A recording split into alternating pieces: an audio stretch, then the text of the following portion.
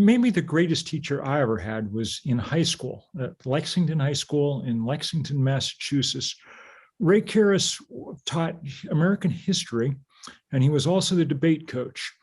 And he taught a rigorous system of thinking about the world.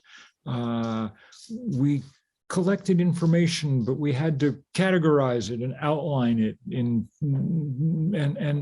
understand how to sort through it. And I've used the systems that he taught me every day for the rest of my life as I've written books and articles and everything else.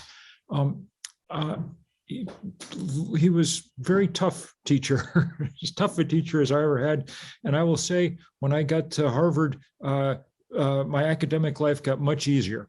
So I've been grateful to him for 45 years on.